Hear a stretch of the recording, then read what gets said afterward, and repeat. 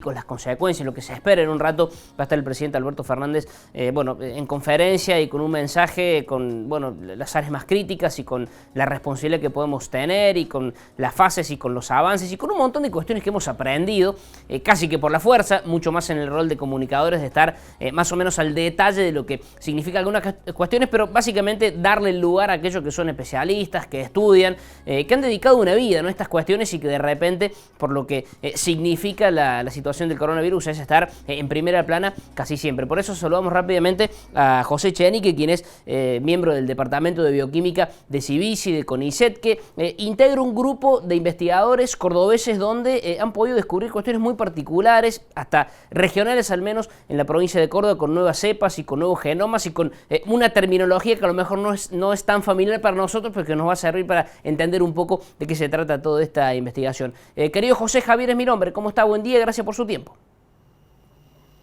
¿Qué tal? Buen día, Javier. Gracias por la invitación. No, por favor. ¿Qué ha sido un poco lo que han logrado estos estudios, esto que hemos podido conocer, estos 22 genomas de cepas de coronavirus? Bueno, ¿qué significa un poco, si hay que traducirlo a los legos, a lo que no somos especialistas, lo que han podido hacer, lo que han podido descubrir? Sí, normalmente lo que uno está más acostumbrado es a escuchar sobre diagnóstico molecular y es para la detección de un paciente con COVID. Lo que nosotros hacemos es, luego de que se ha detectado un paciente, obtenemos muestras. Eso lo hace el Laboratorio Central de la provincia, porque estamos trabajando en colaboración con el laboratorio que depende del Ministerio, lo mismo con la Secretaría de Prevención y Promoción de la Salud, con la doctora Barbás, y con el Ministro de Salud, el doctor Cardoso.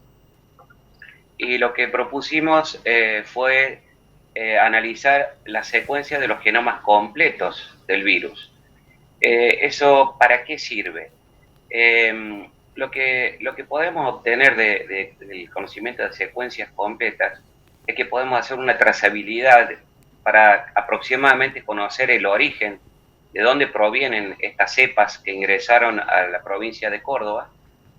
Y eso se hace gracias a que hay a nivel mundial más de 90.000 genomas secuenciados de diferentes cepas, diferentes países, y uno, cuando tiene una base de datos de esta magnitud, eso permite que cuando uno obtiene la secuencia pueda compararlas y saber aproximadamente de dónde provienen. Nosotros, cuando analizamos estas 22 cepas, encontramos dos linajes principales. Uno que es un linaje que no está descrito en la Argentina hasta el momento, que es lo que se denomina el B153. Un linaje está determinado por taxónomos, por especialistas, que determinan que un determinado número de mutaciones en un genoma constituyen un linaje. Es decir, que ese linaje que encontramos se había descrito, que circuló en febrero, marzo, en Reino Unido, Suecia y Australia, pero no se había descrito en otro país.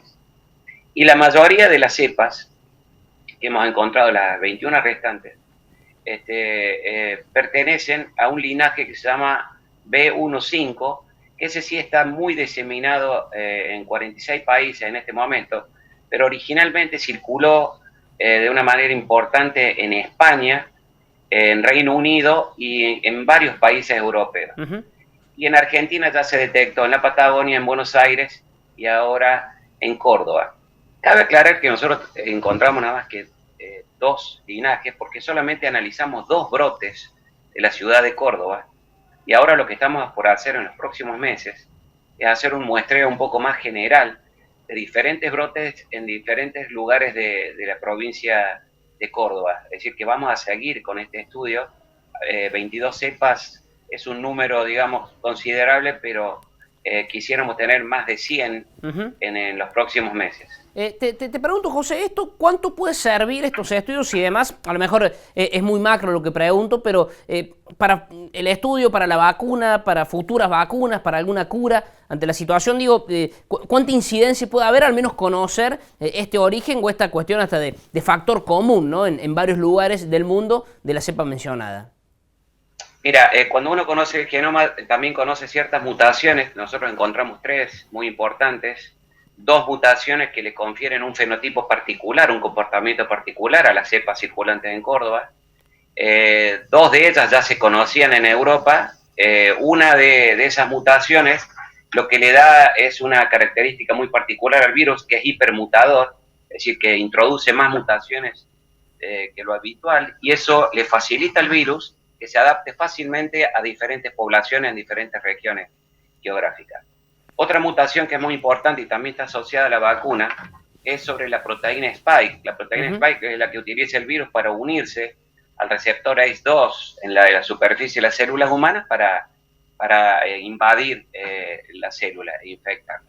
Esa proteína sí que es importante porque es uno de los blancos que se utilizan para realizar la vacuna, es decir, que es importante conocer qué tipo de mutaciones pueden afectar a la estructura de esa proteína para vacunas que sean formuladas en diferentes regiones. Y la tercera característica que nosotros hemos encontrado también es que hay una mutación que hace que el virus no mate, digamos que tenga una menor tasa de mortalidad en las células que infecta, y eso produce menor sintomatología, y sería una de las causas por las que se están encontrando casos asintomáticos, no solo en Córdoba, sino a nivel mundial. Pero esa mutación no se había descrito anteriormente, y sería interesante poder seguir analizando en cuánto facilita al proceso infeccioso a la cepa circulante.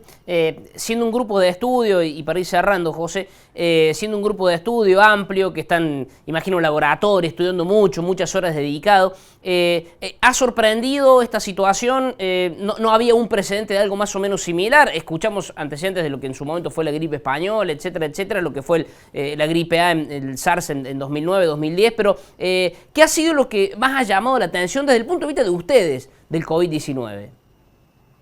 Sí, en primer lugar, cuando hablas de grupo, quisiera destacar que este trabajo se hizo en colaboración con otro cordobés que trabaja en la Universidad de Georgia, en Estados Unidos, el doctor Daniel Pérez, que es un referente internacional en influenza aviar y en influenza humana, en gripe.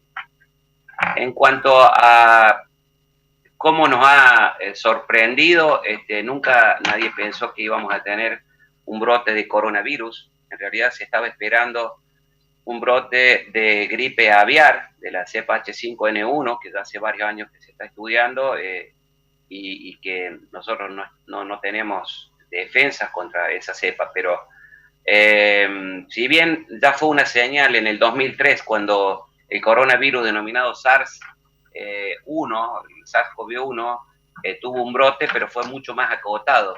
Pero no se pensó que podríamos tener un brote de esta magnitud con millones de infectados y el impacto que tuvo a nivel internacional.